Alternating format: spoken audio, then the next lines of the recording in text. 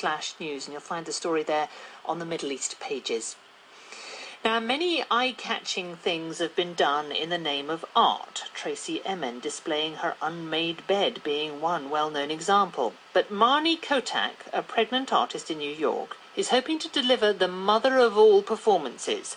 She's planning to give birth to her first child in an art gallery in front of an audience. Marni's husband, the father of the baby, an artist himself, is Iason. Whose decision was it to do this? This is an ongoing thing that Marni's been doing for years, where she's been using her everyday life activities as performances.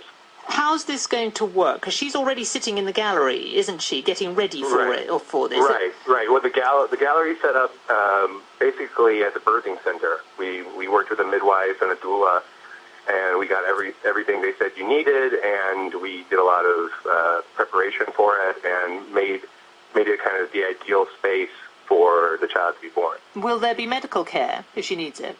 Yes, there's a very, very experienced midwife who's been catching children for over 20 years, and there's a doula that's taken place in, I think, about 80 live births, and there's a hospital less than a kilometer away. What is it that she's trying to say through this? Because, of course, a lot of people who go to the gallery may well be mothers themselves, and they will have gone through birth and possibly be thinking, well, the last thing I want to see is someone else in that kind of agony. Right. Well, the people that are coming are all screened. They're all people who came to the opening and met with us and said they wanted to be here. It wasn't just anybody. It was people that came and said, yes, I want to see this. Yes, I want to take part in this. No, I'm not going to get into the way. No, I'm not going to say anything. Every person that signed up that I was able to, I said, why do you want to see the birth of my child? And if they didn't like their answer, they weren't put on the list. What kind of answers did they give you? Things like, I've always wanted to see this. It's something that no one gets to see. It's something that is hidden in our culture. It's something that's treated like a sickness.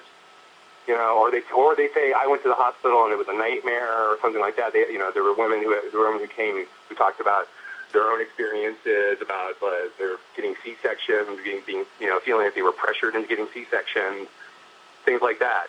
So there's a lot of that kind of thing that people are saying, particularly women who have experienced this. And is that why you and Marni want to do this? Is because there is this sort of hunger for information? It is a bit of a taboo. It's something that people don't tend to get to see unless, of course, they're having children themselves. Right. I mean, that's always going to be part of it. And most artworks, most complex artworks, have multiple different levels to them, and you can see them on different in terms of society and whatnot. But to be honest, for us, I think the best equivalent would be a devoutly religious couple that were having their child in some sort of religious context. Like our midwife talked about a Native American birth that was very spiritual and happened outdoors and things like that.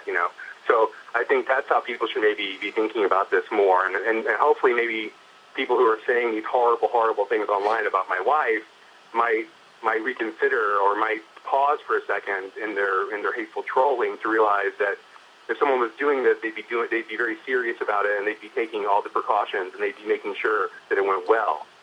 That's expectant father Iason speaking to me from New York. You're listening to the BBC World Service, and this is NewsHour.